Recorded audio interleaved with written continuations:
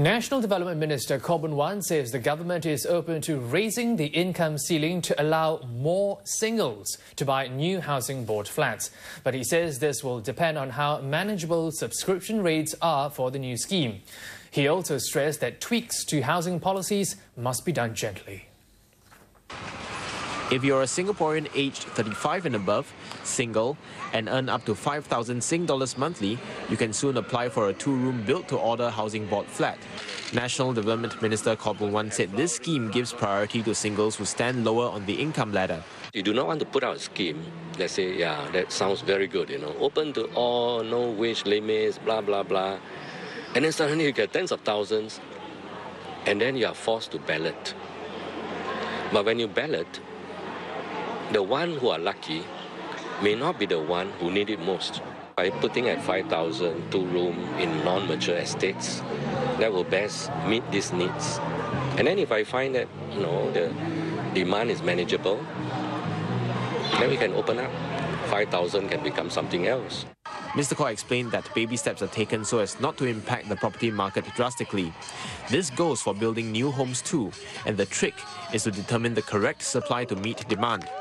Mr. Khaw said it won't be practical for the government to construct 25,000 flats annually if there are only 15,000 marriages.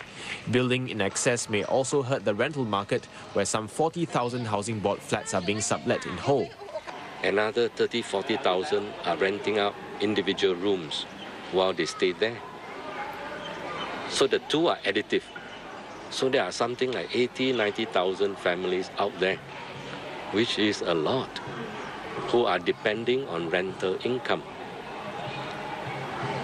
So they will suffer, for example, if there's a collapse in the rental market. In other words, if everyone owns a flat, there won't be any need to rent one. Mr. Khaw said housing policies cannot be toyed around with like the computer game SimCity, where players are tasked to develop a virtual city. Singapore is not SimCity. Because if you manipulate wrongly, it hurt people, real people, fellow Singaporeans. Then what?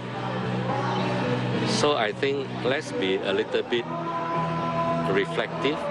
Mr. Khaw says there is no one perfect housing initiative that will please everybody. The important thing, he says, is for Singaporeans to think carefully about the trade-offs between different policies.